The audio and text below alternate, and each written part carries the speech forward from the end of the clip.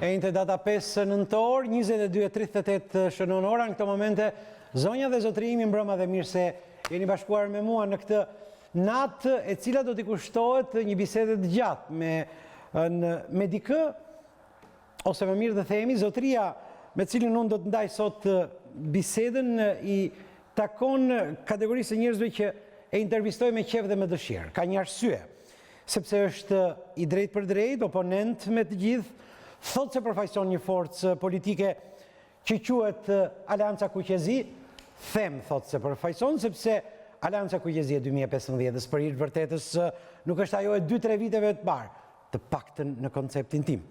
Kreshnik Spahiu nuk lodhet së thëni lart e poshtë se vijojnë të mbyllen ekranet dhe faqet e gazetave. Edhe pse unë shikoj sa tek opinioni Fevziut, aq tek Bashkim Hoxha, aq tek emisioni Xhaxhiut, po pse jo edhe në faqet e gazetave. Sot ai është bashkuar me mua për të rrëfyer Kreshnik Spahiun, generalin pa ushtri, oponentin e të gjithë politikanëve, juristin dhe demagogën Spahiu. I themi mbrëma mirë se e bashkuar. Mbrëma. Mos më thuaj që ke rezerva për hyrjen. Ja, as pak çdo kush ka mendimin e tij. E para ndjej mirë që do të jem me ty sot, e dyta më lejo të shpreh komplimenta për lukun. Si shpjegohet që ti je stopuar ose vazhdon të stopohesh tek 40 vjeçi? Çka ka ndodhur?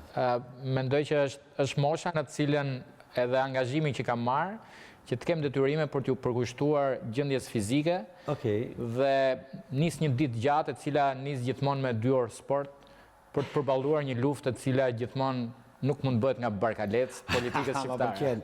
Ndërhyrje ja, të jashtme të brendshme. Normal. Normal, një çik bëje flokëve, por nëse duhet. Se të paktën kështu thon gazetat. Dgjoj, mendoj që çdo kush me trupin e tij mund të bëjë gjithçka. Normal. Dhe mendoj që çdo gjë që ne përfaqësojmë është më dinjitoze se flokët e tullacëve të deputetëve socialistë që janë mbjellur me 5 euro qimen dhe ju kushton 50.000 euro gjithë leshin në tullën e tyre dhe sot prandaj e pëlqej këtë djalë. Kreshnik Spahiu, a je ti duke ndërtuar në këto momente mauzoleumin e Aleancës Kuqezi? Ku është sot Aleanca Kuqezi e 60-70.000 antarëve të 2010-2012-ës? Aleanca Kuqezi është atje ku ka qenë, madje më e fortë, me një moral më të lartë. Me një bazament më të fortë, me një bazament bërthame njerëzish besnik, të vendosur, të përkushtuar, për të arritur që këtë radhë t'i bëj gjëmën qeverisë aktuale. T'jeni të bindur që ato bërthama që ju keni parë ditë e fundit në çdo qytet të Shqipërisë janë të mjaftueshme për të realizuar një bombë atomike, një flak Kuqezi përballë një qeverie të cilën ne i krijojmë një oponencë që nuk e realizon dot askush. Jo më kot. Ne shmangemi në gjithë edicionet e lajmeve me përjashtim të Jare parti që përfaqëson Aleanca Kuqezi e 2015-ës në protestën më të fundit bërë në rrugën e Kalimashit nuk ishim shumë se 50 vetë të sjellë me mikrobus nga Tirana. Jemi okej? Jo, nuk jemi okej. Nuk jemi okej, jepi.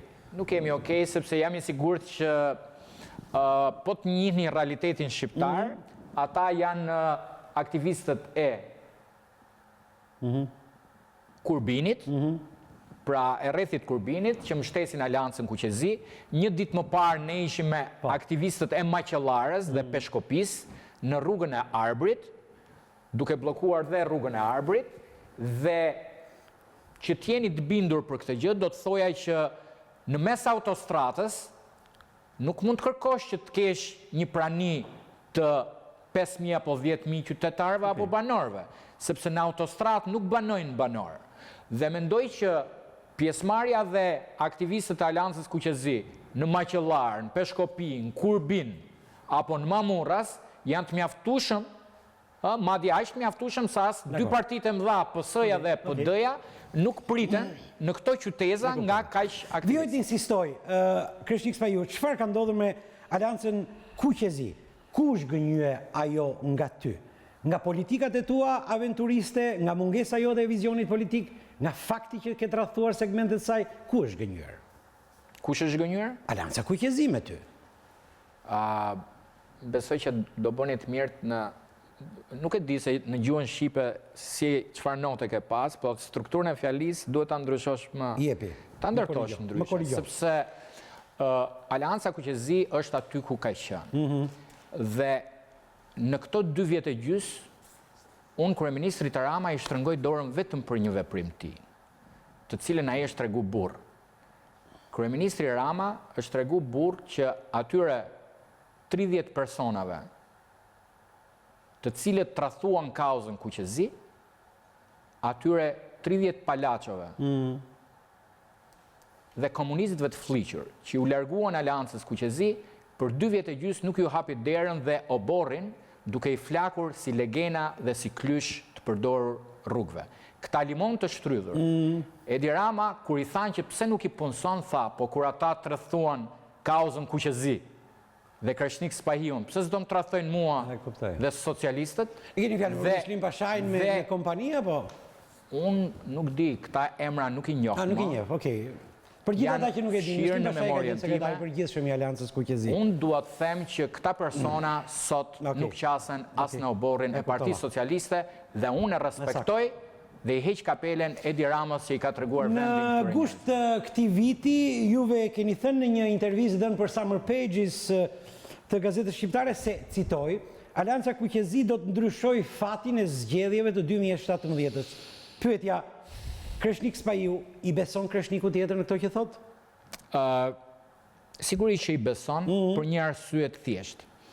Sot, nëse do kemi këtë konfigurim politik, të dyshes Rama Meta dhe të PD-s vetme pa koalicion dhe të gjitha partive tjera të rreshtuara si ushtare dhe satelit, nuk ka asnjë faktor tjetër të ri përveç Aleancës Kujqezi që nuk është fut në asnjërin kamp, e vetmja parti politike që s'është as në kampin e PD-s, as në kampin e PS-s, sot mbetet Aleanca Kujqezi.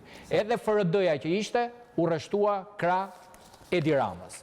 E vetmja forcë e cila mund të gjeneroj, ridimensionohet, rikthej frymën dhe të prishi orbitën simetrike të satelitëve, është vetëm Aleanca Kujqezi. Kjo është arsyeja që ne pengohemi në gjithë edicionet e lajmeve për të mos u ngritur dhe mos u forcuar. Kjo është një legjendë urbane, ju jeni prezent këtu dhe do të qëndroni me mua. Ta mbaroj fjalën. Ju kam parë kjo opinioni Fevziut. Po ju s'jeni edicion lajme. Jo, po mirë, okay, edicion lajme. As Blendi Fevziu nuk është edicion lajme. Kur flas me edicion lajmes, flas edicioni lajmeve televizionit Klan, edicioni lajmeve të Top Channel, Vision Plus, Ora News, A1 Report, ABC News, Ora News dhe të gjitha nuk transmetojnë asnjë aktivitet të Aleancës Kujqezi me përjashtim të News 24 dhe UTV. Dhe ka disa qëllime, unë du t'ju bëj një pyetje. Pse Partia Demokratike paraqitet në aktivitetet e veta? Se është partia më e madhe opozitare. Okej. Pse Vangel Dule hapen dhe mbyllen lajmet e Top Channel? Se është parti parlamentare. Dhe pse për 2 vjet e gjys këmba ime nuk shkel kurrë, as si ta mbaroj, as si Kreshnik dhe as si Aleancë Kujqezi në Top Channel asnjëherë. Pyetja është shumë e thjeshtë. Unë kam pas një shoqat përpara 10 vjetësh, shoqat. Po, më kujtohet. Pra, s'kam qenë në parlament dhe kam qenë njeri aktiv dhe i ftuar në çdo studio televizive. Pyetja është, pse atëherë ftohesha sot nuk ftohem? Se dikush mund të thotë, po nuk jem në parlament dhe nuk ftohesh. Ka me qindra qingie apo këngëtar të lavaje që ftohen në çdo studio dhe ne përjashtohemi. Dhe unë kam një pyetje për t'ju bërë jo. A e dini që në televizionet e Kosovës nuk ndodh që asnjë televizion, media, gazet të mitizoj një serb dhe të denigroj Albin Kurtin apo një politikan shqiptar? Këtu në Shqipëri, Vangel Dule apo çdo minoritar mund të hapen lajmet dhe të shndrohet në hero dhe Kreshnik Spahiu të mbyllet dhe të denigrohet pafundësisht. Mirë. Kreshnik, eci me zhvillimet e ditës, çfarë është koncepti i gjykatës speciale që ju e keni propozuar pak ditë më parë në aktivin e Tiranës të Aleancës Kujqezi? Pse insistojtë te ky term? Juve jeni jurist dhe e dini që në një vend sovran, si kundër ne pretendojmë se jemi, nuk lejohen gjykata të tilla. Pra gjykata ndërkombëtare, prokuror ndërkombëtar. Për çfarë ke luajtur me Jo, këtë tezë? kush e thot këtë Rezar? Ata juristë janë dras si kjo kompensata këtu? Nuk e di, thot kushtetutan. Po, kushtetuta, do i thoja shqiptarëve ta hapin kushtetutën. Në një nga dispozitat e saj, tani për saktësi o 95 o 195, sepse s'jam kompjuter që o 95 o 195, neni kushtetutës parashikon krijimin e gjykatave të posaçme në Republikën e Shqipërisë. Le të themi, Kolegji Zgjedhor është një gjykatë më vete që Kushtetuta e Republikës së Shqipërisë nuk e parashikon. Kolegji Zgjedhor. Po, është vendas, nuk është i huaj. Një sekond, ta mbaroj. Jepi. Pra, krijimi i gjykatave të posaçme në mënyrë absolute mundson hapësirën për të krijuar një gjykatë për gjykimin e çështjeve siç janë gjykata e krimeve të rënda. Në një farë mënyrë është një gjykatë e posaçme e cila nuk ishte parashikuar në Kushtetutën e Republikës së Shqipërisë. Në qoftë se ka nevojë për modifikime, le të bëhet. Kushtetuta e Republikës së Shqipërisë nuk thotë që të emërojsh gjyqtar duhet të jesh shqiptar. Unë nuk e kam lexuar për vete. Ka kritere mbi arsimimin. Arsimimi është gjë tjetër, e para. E dyta, mund t'i përcaktosh në bazë të një kuadri ligjor të veçantë veprat penale dhe subjektet që hetohen dhe gjykohen.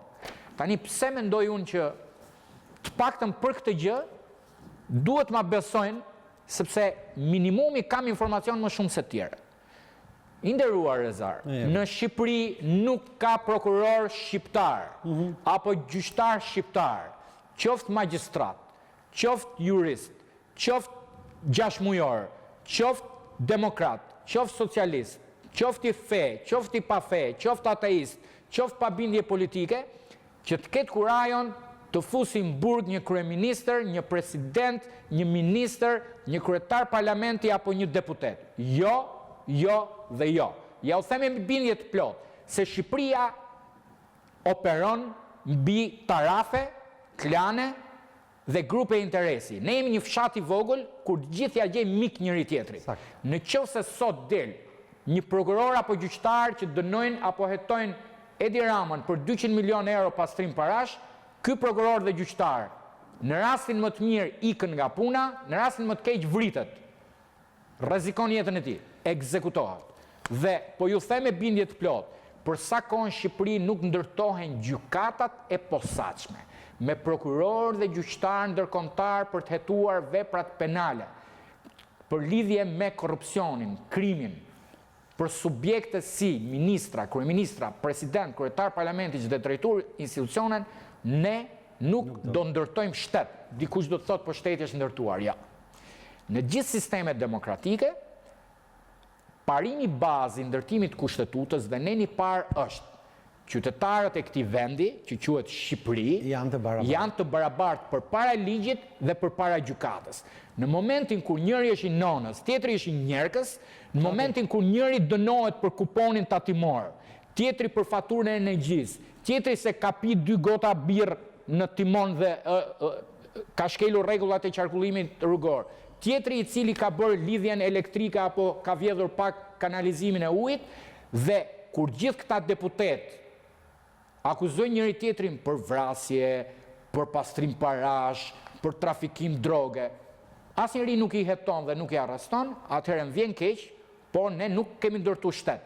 Ai Ballist Morina sot po vuan si kriminal, po pse më mendoni ju që Ballist Morina është më kriminal se këta deputetët dhe ministrat? Po, ka me 2 armë. Po, arma që ai mbante në brez është disa herë më pak e rrezikshme se arma e krimit që përdorin deputetët dhe ministrat shqiptar në dëm të interesave kombëtare dhe në dëm të interesave të popullit. Kjo është analiza. E kapa. Përpara se të kaloj në pyetjen në vijim, do doja të citoja një thënie të një njeriu që ti e ke për zëmër dhe ai quhet Paolo Borsellino. Shikoni se çfarë thot Borsellino. Politika dhe mafia janë 2 në pushtete që synojnë kontrollin e të njëjtës hapësirë. Ata ose bëjnë luftë mes tyre, ose merren vesh mirë mes tyre. Pyetja.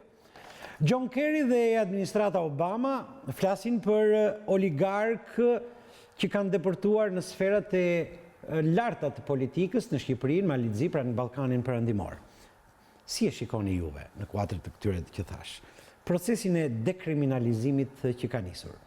Si një politikë serioze apo si një teatër marionetash?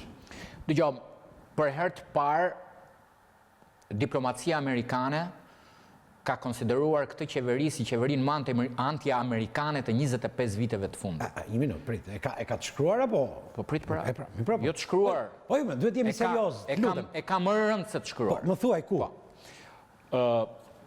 Dy drejtuesit më të lartë të shtetit shqiptar, kryeministri dhe kryetari i parlamentit, kanë pas agendat më të varfra të historisë politike shqiptare. Në radhë parë, as kryeministri, as kryetari i parlamentit nuk kanë mundur të hynë në shtëpinë e bardhë, nuk kanë mundur të hynë në Senatin Amerikan dhe nuk i kanë shtrënguar dorën sekretarit shtetit, që konsiderohet ministri i jashtëm.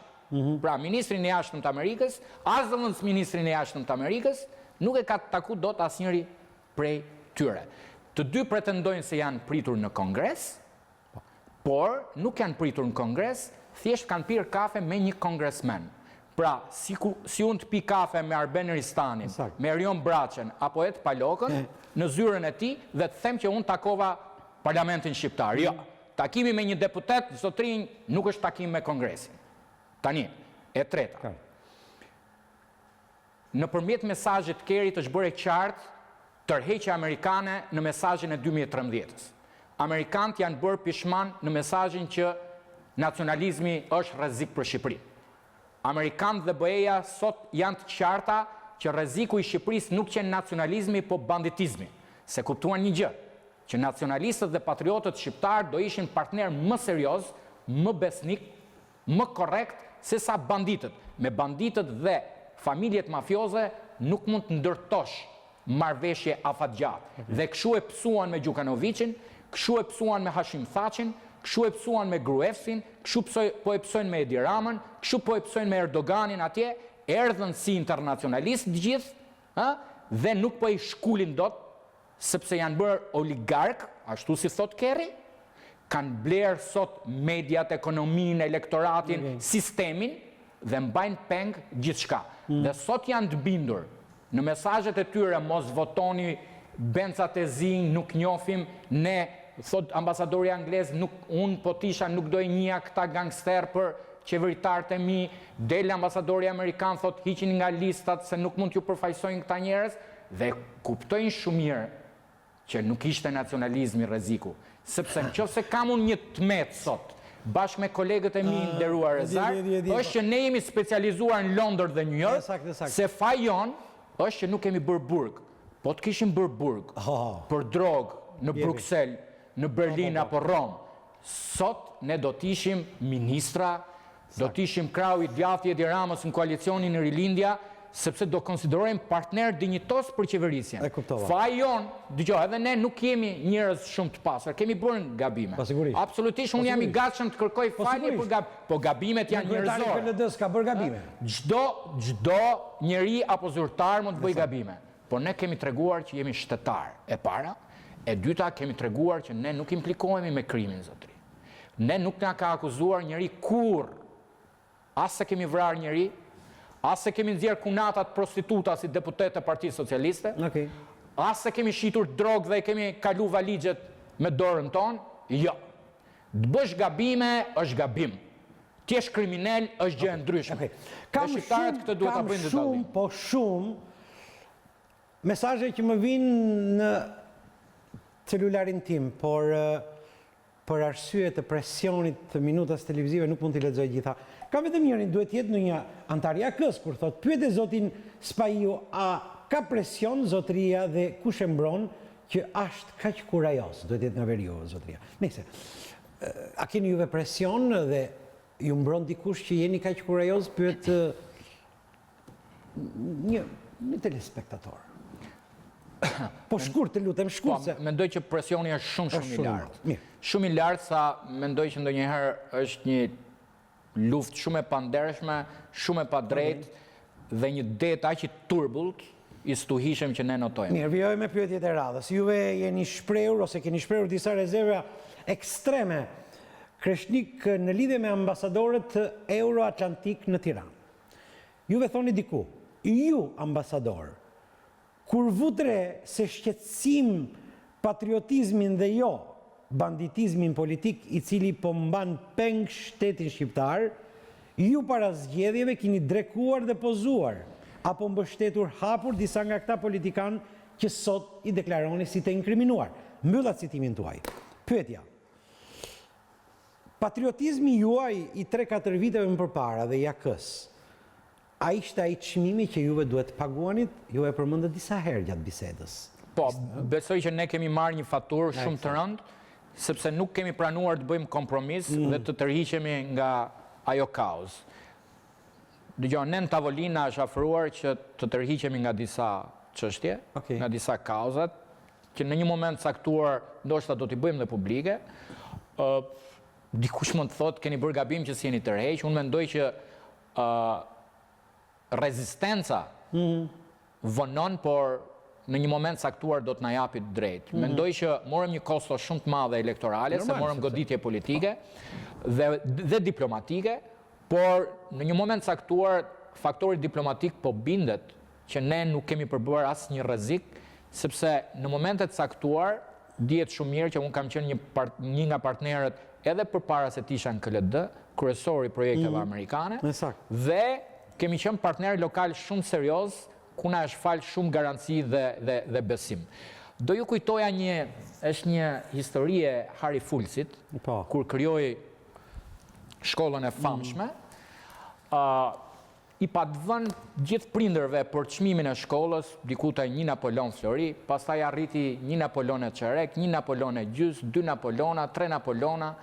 Thret ata administratorin i thot nga menca, thot hiq djathin, pastaj hiq ullirin, ulja ushqimin, përgjysmoja, dhe mbas një viti e thret administratorin i thot, ore, me gjithë të rritje çmimi dhe reduktim ushqimi, a ka pas reakcion nga prindit? Jo, i tha, nuk ka asnjë ankesë. Tha, mund të ma thoni, tha, kush është ai qeveritar, tha, që drejton këtë popull, se qenë ka shumë e fat, se këta janë aq të nështruar sa kur nuk e çojnë kokën ndaj dhunës shtetërore. Zoti Spaju, a mund flasim për një riciklim të shpejt, ose afat mesëm, ose afat gjatë të Aleancës Kuqezi? Po, t'jeni të bindur që sot deri në maj, ne kemi një agjendë për të ndezur njësitë tona në çdo qytet dhe fshat me aksionet të karakterit të rrugës. Me aksionet të karakterit të rrugës, por dhe me struktura organizative, me një program të qartë, që ka dekriminalizimin, që ka patriotizimin e institucioneve, që ka luftën kundër mafjes, që ka luftën kundër korrupsionit. 4 element shumë të rëndësishëm që kanë modernizuar patriotizmin dhe nacionalizmin e Aleancës Kuqezi. Dhe në majin e 2016, synimi jon është ta çojmë Shqipërinë në zgjedhjet parakoshme duke tentuar të rrethojmë parlamentin shqiptar për të shpërndar këtë parlament dhe për t'i dhënë çelësat e asaj selie popullit. Do thoni ju pse?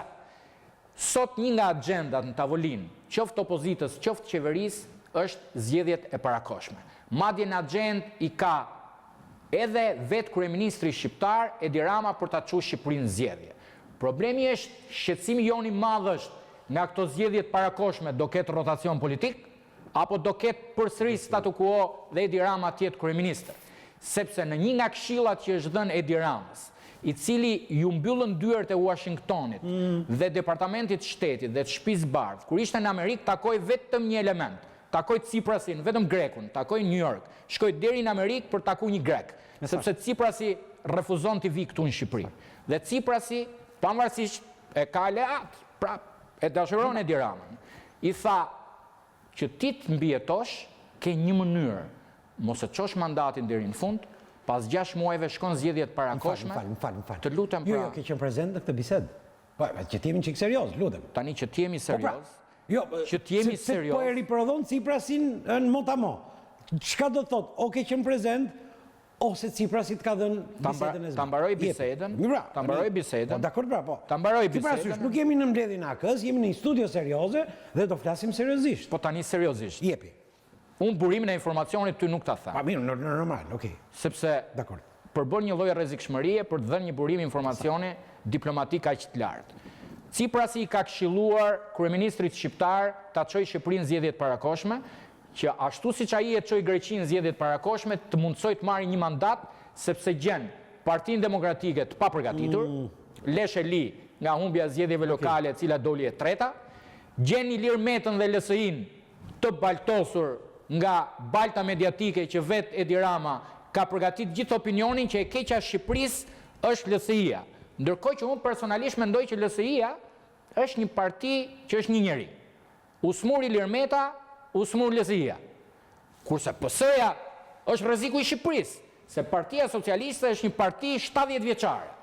Dhe është një parti edhe Erion Braçën po ta ketë kryetar, edhe Tauland Ballën, i merr 60 deputet, i merr 50 deputet. Pse i merr? Se struktura, nuk është kryetar. Dëgjoni, në vitin 1997, Partia Socialiste pa kryetar me Fatos Nano në Burg fitoi 93 deputet. Ka fitu 30 deputet më shumë se Edi Rama me kryetari Partisë Socialiste. Pa kryetar PS-ja ka fitu 30 deputet më shumë. Pra, në tërsinë e vet, Edi Rama sot mund të synoj që ta çojë Shqipërinë në zgjedhjet parakoshme, por nuk i dalin llogarit që vetë si PS të kaloj 71 deputet.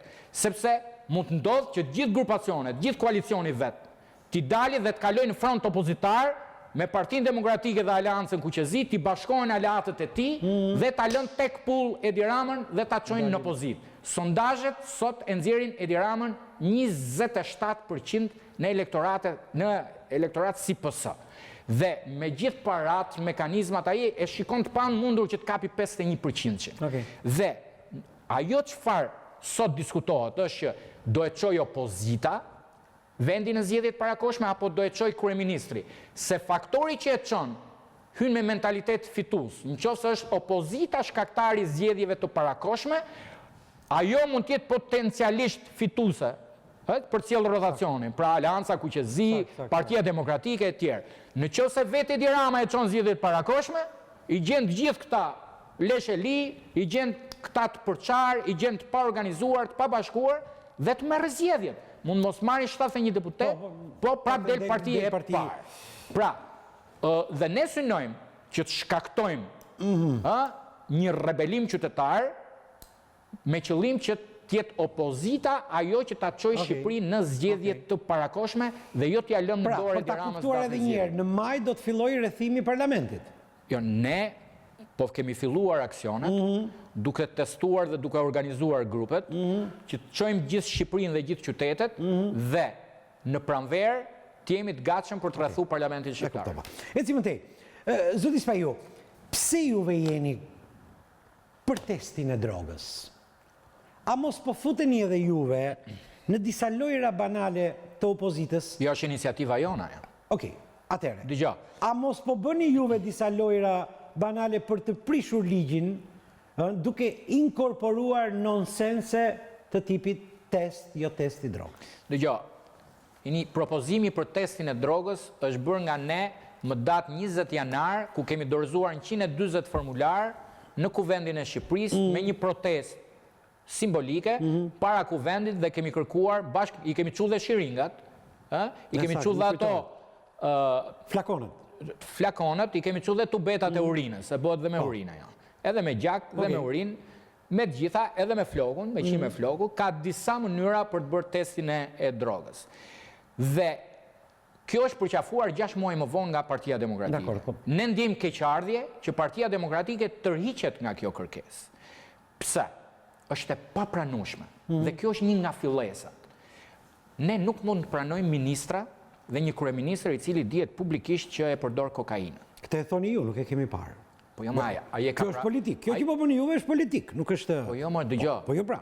Dëgjoj, kemi të qartë një gjë. Përdorimi i drogës nuk dënohet ligjërisht.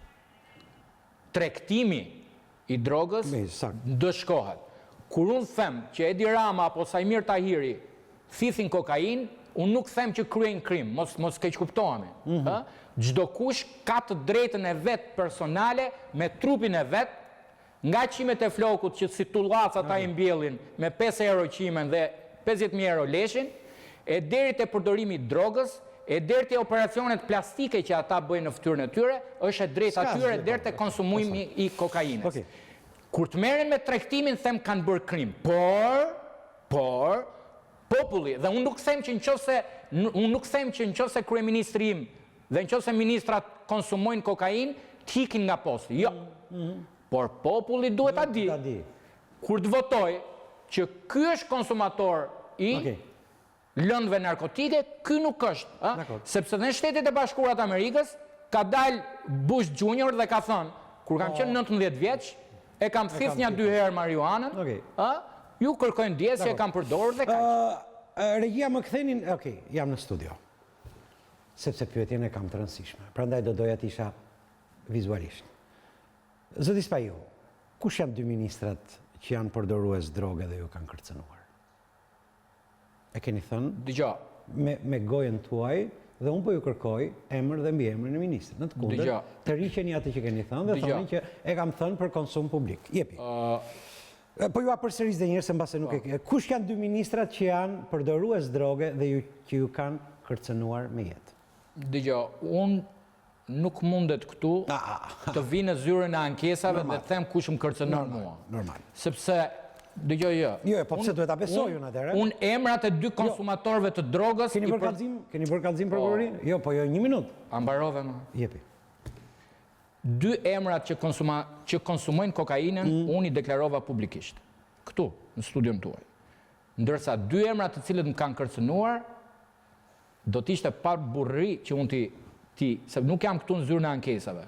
Po dua shkojnë në prokurori, edhe i them emrat e njerëzve që më kanë kërcënuar. Emrat e njerëzve të cilët unë kam bindje dhe kam besimin tim që janë konsumatorë të lëndëve narkotike, mendoj që janë këta 2 persona. Unë nuk i kam parë ata, as duke i konsumuar, unë kam bindjen time si jurist, me klientët e mi, apo me njerëzit që kam gjykuar, apo kam hetuar, në punën time si gjyqtar, më ka rastisur që me qindra apo mijëra subjekte që janë konsumatorë drogës. Diti dalloj njerëzit kur janë në efektet e lëndëve narkotike dhe ku janë jo në efektet e lëndëve narkotike. Unë kam bindjen time si jurist që Edi Rama apo Sajmir Tahiri në momentet saktuara janë në efektin e lëndëve narkotike. S'kas një gjithë keqe, edhe një herë. Nuk kanë kryer krim. Por, unë kam një bindje që ata, ashtu siç mund të mendojnë ata për dikë tjetër që mund të jetë pianec, dhe është në efektin e pijes. Unë mendoj që nuk janë efektin e pijes, po janë efektin e lëndëve narkotike. Është thjesht bindje. Do doja t'ja bëj edhe një këtë pyetje, por nuk është... A jeni juve i lumtur që ju nuk jeni sot antar i Parlamentit Shqiptar? Unë jam njeriu më i lumtur i politikës shqiptare që fati mësolli mos jem pjesë e 140 kuajve. Dikush do të thotë çfarë janë 140 kuaj. Shqiptarët duhet tinë që ka një histori shumë cinike në perandorinë e Romës, ku perandori Caligula i bëri Kalin senator. Dhe Edi Rama, përpara një jave, qoj Kalin e Top Channelit, fix fare, në aeroportin Nën Tereza, për t'ironizuar futjen në parlament të një deputeti, të cilin etiketoj dhe me shumë epitete. Unë kam respekt për atë djalë, kam respekt për punët ti që ka bërë në emigracion, por në mënyrën se si tentoj ta trajtojë Edi Rama, ishte për t'i dhënë një mesazh shqiptarëve që në të ardhmen nuk është çudi që edhe Kalin e fix fare të televizionit ti Top Channel mund ta bëj deputet të Kuvendit të Shqipërisë. Dhe mesazhi i Edi Ramës për ata që e kuptojnë politikën ishte që ashtu si perandori Caligula mund të bëj edhe një ditë Kalin, nëse ju nuk bëni kuaj të kryeministrit Rama apo Gomer, atëhere nuk keni asnjë shans tjetër. Dhe çfarë tentojnë këta? Indoktrinimi politik i të majtës shqiptare është shumë i thellë. Një pjesë e elektoratit shqiptar socialist po i the partia, i ke thënë të tëra. Dhe ata nuk duan din as për Zot, as për fe, as për besim, as për Shqipëri, as për atë dhe, po i the parti, nënshtrohen si dele dhe pranojnë edhe kuajt një ditë t'jenë pjesë e kuvendit Shqipërisë. Eke, ecim. Citoj, nëse do t'isha unë në krye të opozitës, do të bëja që sot një revolucion demokratik. E mbyllat citimin, thënia i takon ish kryeministrit Sali Berisha dhënë 2 ditë më parë në intervistë në ABC News. Pyetja, a do t'i bashkoheshit edhe juve këtij revolucionit demokratik të tipit Berisha? Dëgjoj. Do t'i bashkohesha në një rast që t'jem shumë i prerë, shumë i drejtë për drejtë, dikush mund të mendoj që për faktin sa i ka përmendur Berisha, unë do të tentoj ta anashkaloj. Jo. Kam kurajon të them në mënyrë të drejtë për drejtë. Do të bashkoheshim që sot dhe të ishim pjesë e një fronti me Partinë Demokratike, në qoftë se mosbindja civile, revolucioni dhe rebelimi do të fillojë nga kuvendi, në qoftë se 55 deputetët e Partisë Demokratike do të grisin mandatin dhe do të tërhiqen përfundimisht nga i kuvend për të mos qenë deputet deri në fund sa të shpërndahet ky kuvend, unë do të jemi pari që do të dalë të shtrëngoj dorën 55 deputetëve të opozitës shqiptare dhe do t'i mirëpres për t'ju bashkuar në rrugë, në derën e kuvendit për t'i shpartalluar një herë për gjithmonë mazhorancën aktuale. Sa ju pse nuk morët pjesë në tryezën e partive jo parlamentare që zhvilluat të hënën e kaluar për ndryshimin e ligjit të zgjedhor? Sepse aktualisht mendojmë që ende nuk janë pjekur kushtet për një debat transparent të hapur për kodin zgjedhor. Ka një gabim taktik fatal edhe të opozitës për sistemin prim që ka propozuar, për sistemin me 2 dhoma apo reduktimin në 100 deputet. Mendoj që është një diversion për të qarë mazhorancën aktuale për futur sherrin mes Ramës dhe Metës, se në fund besoj që as opozita nuk do e jap votën për këtë gjë, për një arsye të thjeshtë se në qoftë se në Shqipëri do ketë 2 parti, një parti e majt, që mund t'jetë PS-ja, dhe një parti e djathtë që është PD-ja, jetë e mot, zgjedhjet do i fitoj e majta shqiptare, sepse elektorati dhe ndarja e zonave elektorale, hartës, favorizon të majtën shqiptare dhe kur të djathtë. Partia Demokratike, apo e djathta shqiptare, opozita shqiptare mund vi në pushtet vetëm në 2 raste. Në qoftë se rindërtohet formula Casa di Libertà e Berlusconit dhe aplikuar nga Sali Berisha në 2005, e mbledhjes një fronti të madh të gjithë opozitës bashkuar, dhe e dyta në rastin e çarjes së mazhorancës aktuale mes Ramës dhe Metës, ku është absolutisht një martesë e cila ka një divorc të heshtur, ku pritet vetëm padia në gjykatë ose në prokurori. Edi Rama mezi pret skenarin për të arrestuar Ilir Metën dhe të shpartalloj lëvizjen socialiste për integrim. E gjithë strategjia e Ilir Metës është që LSI-ja ka elektorat majt, i përket shkoj të nëna vetë dhe ai pretendon se është babai kombit i së majtës shqiptare, do që ta shkri LSI-n tek vetja dhe vetmja mënyrë që të shkatroj LSI-n është që të nxjerrin pension ose të heq lirin të burgosi Ilir Metën. Në mos sot, mot ai ka për ta bërë, nuk e bën sot se prokurorin e përgjithshme dhe sistemin e drejtësisë nuk e kontrollon, do tentojë nëpërmjet reformës në drejtësi të vërin kontroll prokurorët dhe gjyqtarët. Zoti Spaju, e zbusim një çik tonin me pyetjen vim. A je duke bërë ti, Kreshnik Spaju, betejën e tjetrit? Pra, kur them tjetrit, ati që flë, që të kundron nga divani, që ka një telekomand në dorë, që të shikon se si ti mblidhesh ke rrugë e Arbrit apo në rrugët e tjera. Pra, je duke bërë betejën e tjetrit të ati që po flë në këto momente? Shiko, ka një film amerikan, Wag the Dog, që quhet Bishti i Qenit, Tundja e Bishtit të Qenit, dhe fatkeqësisht në të gjithë satira është me Shqipërinë, ku në zgjedhjet amerikane, mediat amerikane improvizonin një luftë në Shqipëri për ta mitizuar heronjt dhe për të nxjerrë presidentin e Shteteve të Bashkuara të Amerikës. Edhe në Shqipëri, populli është një turm ku çfarë i jep media orientohet dhe merr pultin e televizorit, shikon çfarë po ndodh. Po të shikojnë çfarë ndodhin skenaret. Gjithmonë nxjerrin ca eshtra, për t'i mbivendosur mbi problematikat e ditës. Tani kanë nxjerr eshtrat e Remzi Hoxhës. Sakt. Për cilin unë ndjej keqardhje, sepse çdo kush ka drejtën për të kërkuar eshtrat e babait vet, sa mos keq kuptohemi. Dhe unë them që ai ka të drejtë legjitime. Por ç'është gjithë ky amplifikim pas 20 vitesh për ta bërë kaos dhe për të hapur lajmet, kur ne çdo ditë në Shqipëri kemi Remzi Hoxhë, të gjallë dhe të vdekur. Se nga Shqipëria po largohen 300.000 njerëz brenda një viti. Se njerëzit po varin veten dhe po vriten nëpër burgje për një kupon tatimor. Dhe askush nuk thot.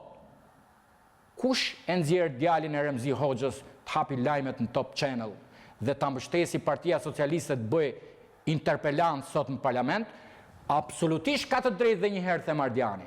Por ne duhet t'i themi shqiptarëve që ky është një skenar për të krijuar një tymnaj, për të mbuluar problematika të qindra Remzi Hoxhëve që ka çdo ditë në rrugët, fshatrat e Shqipërisë. Dhe këtë realitet ne duhet ta pranojmë. Okej. Kreshnik, ti kërkon të dalësh përpara historisë, të të vi ty historia nga pas, apo ti thjesht po pret çastin e ardhjes së saj? Po sigurisht dhe çastin. Po pa dyshim që çastin. Thot latini i vjetër. Kape çastin. Ky është njeriu që do të bëj carpem diem në ti. Më pëlqeve me këtë përgjigje. Unë dua të jemi sinqert. Sakt, edhe pyetja ishte sinqert. Dgjoj, gjithmonë siç tregova historinë e Harry Fulsit, që ja hoqi bukën, ju shtoi çmimin 10 herë dhe nuk e ngrinin kokën, nuk ankoheshin. Ne kemi treguar që jemi një popull të cilët çdo gjë e përqafojmë të fundit. Krimin e shtetit, krimin e pavarësisë, largimin e okupatorit, largimin e komunizmit, të drejtat e njeriut, integrimin në komunitet europian, bashkim europian, ku diun, edhe në sport futemi të fundit gjithmonë, ne çdo gjë përqafojmë të fundit, edhe heqjen e liderëve 50 vjeçar, pranojmë që ata të vdesin, po të vdesin si heronj, ne çdo gjë përqafojmë të fundit. Dhe sigurisht që jo gjithmonë populli ka drejtë ora. Në shumicën e vet, shpesh herë dhe pakica ka drejtë. Dhe sepse edhe populli në një varfëri ekstreme i ngordha i nervi i revoltës, nuk ka forcë, nuk ka mundësi, apatia e mbyt, media është bërë një opium. E ke parti se si u bë Edi Rama në një moment, u bë kryetrajner, masazhator i kombëtares. Pse? Më kujtonte perandorët, të cilët në amfiteatër nxirrnin gladiatorët dhe në përshkallë me sklevërit për t'i hutuar nga skllavëria e tyre. Pra, ky është një realitet të cilën këta duan ta veshin me fasad pafund. Palmat e autostradës, apo poçat e kuq, është e pamundur të shmangin këtë barbari që ndodh në rrugët e Shqipërisë. Po arrestohen berber, nuk ka ngelur parukjere pa u përndjekur, pa mbyllur qepenat. Po që ka kapur mëre? Po pse shteti forcën e vet me doptin do e tregoj? Do të stopoj, sepse që fuqia demagogjike e këtij njeriu është shkatruese. Mjafton të shikosh celularin tim, sepse brenda në pak minuta janë mbi 15 veta që thonë thojni Kreshnikut se do të rreshtohemi pranë AK-s në pranverë. Kjo është fuqia demagogjisë tënde. Më pëlqen. Po ata nuk vinë nga demagogjia ju. Sigurisht, po ata janë njerëz hallexhi që me zor presin që dikush t'i vendosi shkrepse në parlamentit shqiptar. Ore, ka njerëz që çdo mëngjes thonë, a do dali kush t'i hedhi bombën këtij parlamenti, do ta shpëtosh Shqipërinë, minoje atë kuvend dhe një herë për gjithmonë, por nxjerrni fotot e kuvendit shqiptarëve përpara një shekulli. Por Shqipëria nuk ishte kjo që është, po prap atëherë kishin një qeverisje dhe një kuvend burrash më dinjitoz. Ata ishin rilindas që kishin studiuar në universitetet e Vjenës, Brukselit, Muniut, Berlinit, New Yorkut e Londrës. Ndërsa këta kanë bërë universitetin e burgjeve drogës në Bruxelles, Milano dhe çdo shqiptar ndjet i fyer që mund të përfaqësohet nga ta. Ore mundi mos duan të votojnë dhe mua. Ore kur mos më votojnë. Po ky popull nuk meriton që të mbaj hajdut ordiner. Po njerëz që nxjerrin kunatat prostituta, more, po si i mban, more, si i mban ajo karrige. Ore ju betohen, në qoftë se do të kisha qenë pjesë e kuvendit Shqipërisë, do kisha qenë krenar, sot ta kisha grisur, e të kisha ikur në punë time. Njëherë të kisha bërë mundësinë të bëja një gest. Ore që ka njerëz, e kam bërë, more, se e kam bërë, dhe kur kam qenë KLD, dhe kur kam qenë gjyqtar, 2 herë kam pas detyrë, 2 herë kam hik me dorëheqje. Edhe nuk kam hik si mburracak. Nuk kam hik si frikacak. Të gjithë e dinë që kam hik me beteja. Por aman kam pas kurajon edhe të hiki, se njeriu nuk mbahet nga karrikja, po mbahet nga hija që lëshon, kudo që dielli ta zër, dhe jo për shkak karrikës, por për shkak karrikës edhe Taulant Balla bëhet sot si pushtetar, edhe Taulanti 2 orë larg Liberazhit me gomar, prap sot hiqet si milioneri shqiptar. E kuptoni se çfarë ndodh me Shqipërinë, po mund ta pranojnë shqiptarët Taulantin, që deri dje rrinte me një palë pantallona, 3 vjet pa i ndru, dhe sot del fotografi me 100.000 euro bijut. Po kjo është e papranueshme, nuk ka shqiptar që të pranojnë në këtë varfëri, në këtë fukarallëk. E keni parë se si ngrihet kryeministri, doli që ishte me borxhe dhe kishte 3.000 euro kredi, kur hyri kryeministër, tani na doli me saraje. Taulant Balla, zotria që jeni duke ndjekur në këto momente, pikërisht Taulant Balla, për gjithë ata që nuk e njohin, po besoj se janë pak ata që se njohin. Fati jon i keq që nuk dolëm banorët Surrelit. Shkon kryeministrin Surrel, është bërë me 5 bedonale, me rrugë bicikletash, me rrugë gomari, me rrugë kali, me rrugë vrapistësh. Pse se ka shku kryeministri? Po që është ky mentalitet fshatar, more? Pse shkon kryeministri, jeton aty gjysmën e Surrelit e ka bërë baçet vet kryeministri shqiptar? Unë nuk parambajmë si kopjas, po këtë herë jam i detyruar të kopjoj gjetjen që regjia ime ka bërë në Strish dhe po e kthej në formë pyetje për ty. Në çfarë është duke kurdisur në këto momente Kreshnik Spahiu? Vënien e fitilave të kuvendit Shqipërisë dhe për t'i shkatruar themelet, ai kuvend, dëgjoj. Ambasadori i Shteteve të Bashkuara dhe ai britanik thanë, ne nuk mund t'i pranonim këta për qeveritar. Ata deklaruan hapur që njerëz të inkriminuar nuk mund të jenë pjesë e kuvendit dhe këta inkriminuar edhe pushtetin lokal. Partia Demokratike e bëri gabimin që nuk bojkotoi. Unë shpresoj që s'do bëj gabimin e tyre, do i grisi mandatet. Dhe mendoj që pranvera do jetë e stuhishme. T'jeni të bindur që ne do kemi forcën, ju ja premtimin. Unë nuk ja pas një premtim, sepse nuk garantoj si votojnë shqiptarë, por që do i nxjerrin rrugë dhe do rrethojnë parlamentin. T'jeni të bindur që do e çojmë Shqipërinë zgjedhjet para kohës. Sepse më lindi një pyetje, a ka pak aventurizëm politik në qëndrimet e tua të tipit pushteti buron nga pushka? Jo nga pushka. Se fitili, dhe tani po përdor fitile, po përdor eksplozive, prandaj edhe pyetja është e tillë. Dëgjoj. Po nga trëndafili. Unë nuk mendoj që plumbat, po flaka është mjet demokratik. Ju e keni parë që ne kemi përdorur bomba tymuese në gjithë rrugët e Shqipërisë. Dhe mendojmë që tymi kuqezi nuk do të lejoj asnjë parlamentar që të jetë pjesë e kuvendit. Ne do të ngrejmë çadrat, do të rrethojmë kuvendin dhe do të rrimë përreth parlamentit edhe po të jetë nevoja për javë të tëra, ashtu siç kanë bërë grekët, siç kanë bërë ukrainasit, siç kanë bërë disa kombe. Ora, po pse more? Unë mund të pranoj që shqiptarët jenë më frikacak se rumunët, se grekët, se ukrainasit, se rusët, se çekët, se hungarezët, se serbët, se malazezët. E keni parë se si protestojnë malazezët? Jo.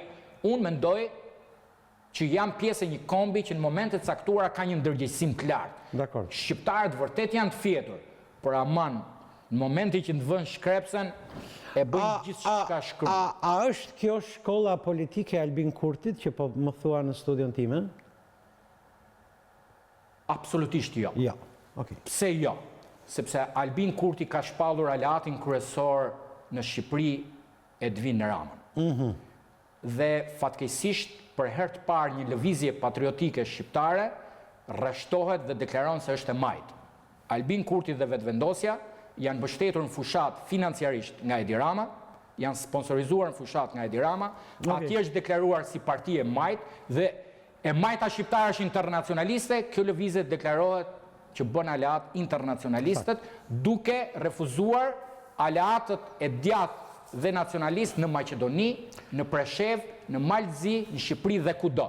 Dhe sot kanë deklaruar në Kosovë që aleatët kryesor janë Edvin Rama dhe Partia Socialiste. Pra, ne përjashtojmë çdo lloj metodologjie, mënyre destruktive apo anti-amerikane në shpartallimin e parlamentit shqiptar dhe rotacionin politik. Ne kemi një mision, për t'i thënë Shteteve të Bashkuara të Amerikës dhe gjithë trupit diplomatik që ne jemi më serioz, më konstruktiv, më partner profesional, më të ndershëm dhe më garantues për sigurinë dhe paqen në rajon, sesa Edi Rama, i cili i doli nga marrëveshja për armët kimike një muaj mbasi erdhi në pushtet dhe po jep çdo votë në organizatën e Kombeve të Bashkuara kundër Shteteve të Bashkuara të Amerikës. Edhe me Kubën ka bashku votën ai. Vetëm për t'i dhënë mesazh, a dini që pse zyrtarët e lartë përfshirë dhe mua mbajmë BlackBerry dhe komunikojmë në sistemi BBM, që mos përgjohemi. A e dini që Edi Rama me ministrat dhe gjithë zyrtarët nga sistemi BBM ka kaluar në sistemin Telegram me një arsye të vetme. Sistemi BBM kontrollohet nga CIA dhe FBI-a në Kanada dhe aplikojmë ne. Ata i kanë kaluar në Telegram sepse monitorohet dhe dishifrohen nga një agjenci ruse. Pra, për të shpëtuar përgjimit amerikan, kanë kaluar në sistemin rus. Aq e thellë është devijimi i agjendës anti-amerikane të qeverisë Rama, sa ne na duhet në këto muaj, me gjithë faktorët opozitar, t'i tregojmë trupit diplomatik dhe gjithë qeverive të huaja për fshidha ato amerikane, që ne jemi garantët dhe partnerët më serios për qeverisjen e Shqipërisë. Sakt. Një tjetër telespektator pyet për ju, një jam i detyruar t'ju a them, pavarësisht se pyetën i zotin Spaiu me këtë dëshiron të ngjaj me Nako Spiron apo Musa Fagjinishin, apo s'ka lidhje kjo, po nëse gjithsesi japim një përgjigje sa për ta respektuar. Sa për të respektuar, të paktën varianti i vrasjes nuk më pëlqen. Mendoj që do jetoj më shumë se Rama, Berisha, Basha e se tjerët, kështu që nuk e zgjedh Mustafa Gjelishin, me gjithë respektin. Okej. Më duket mua, po juve nuk jeni më aq i besueshëm sa që keni qenë në 2010-2012 në Kreshnik Spaiu. Pra, aq i besueshëm sa të ngrini në këto momente masa 10 mijëra njerëzish.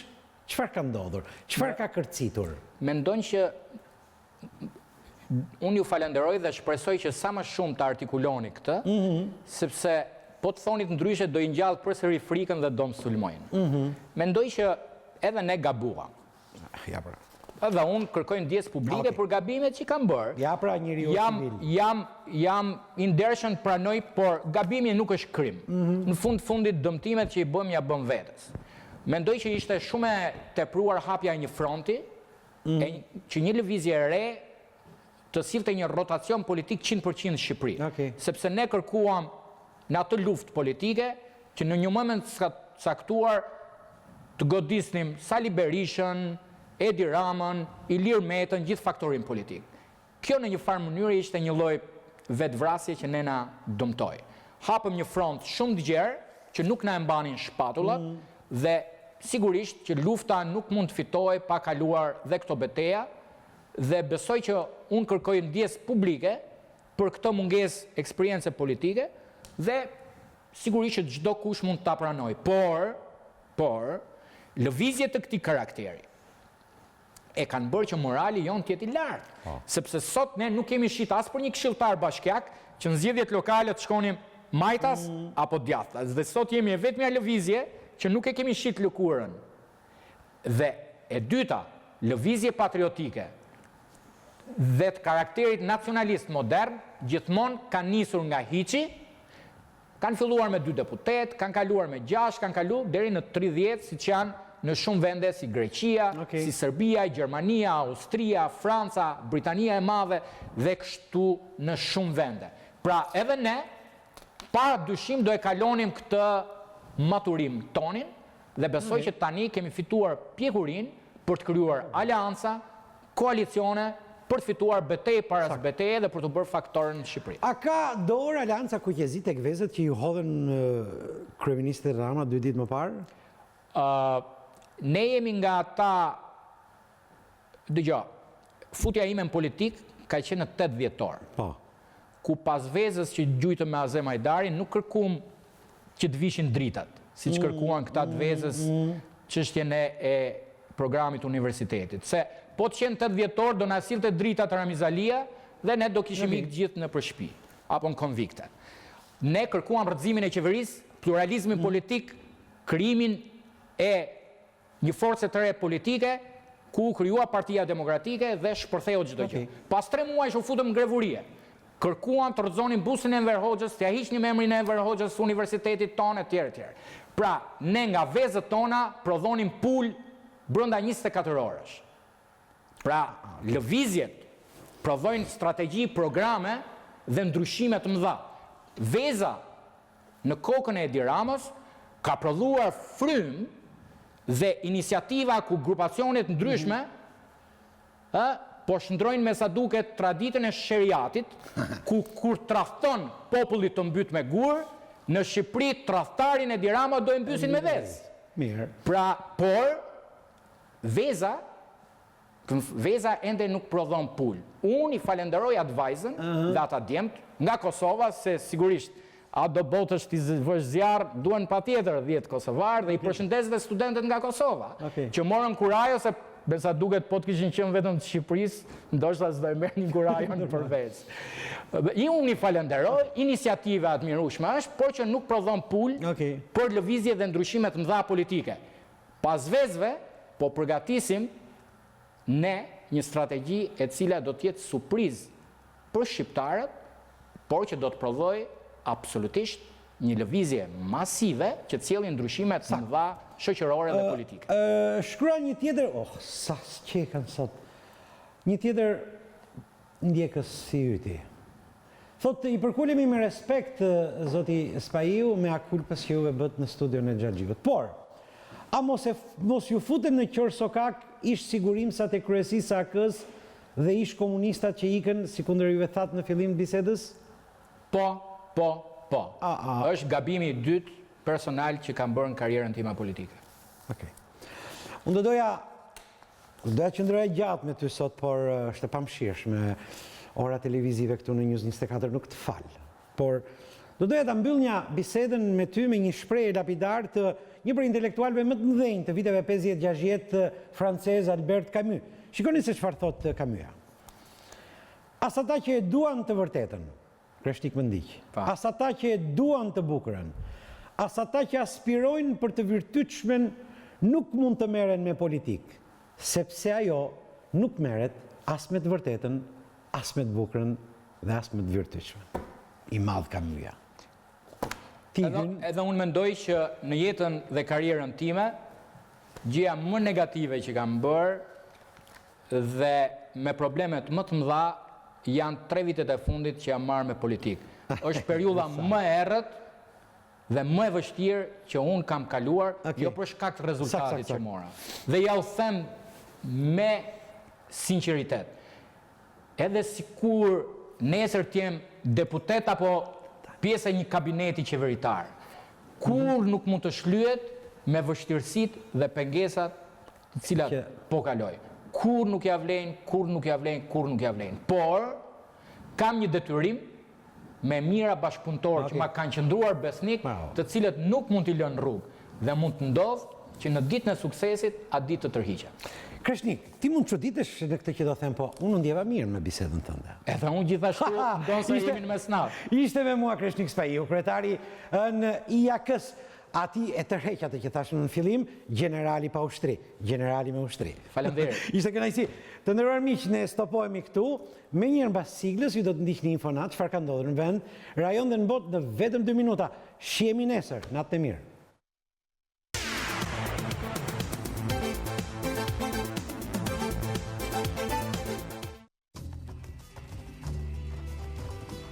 Në katin e dytë të laboratorit kriminalistik të policisë së shtetit, aty ku ruhen provat më të rëndësishme, rreth orës 2:15 pas mesnatë u raportua se ka rënë zjarr. Sipas informacioneve zyrtare nga ky institucion, zjarri ishte shkaktuar nga një ndriçues neon në një prej korridoreve të këtij kati. Ka qenë kreu i opozitës ai që ka denoncuar këtë incident, duke u shprehur se zjarri në laborator ka qenë i qëllimshëm. Banka Europiane për Zhvillim ul parashikimet për rritjen ekonomike në Shqipëri. Sipas raportit të publikuar sot, BERSH parashikon që rritja ekonomike e këtij viti do të jetë 2.3% nga 2.5% që deklaroi një ditë më parë guvernatori i Bankës së Shqipërisë Genseko. Në raport vlerësohet lufta kundër informalitetit, por theksohet se këto përpjekje duhet të japin rezultate afatgjata.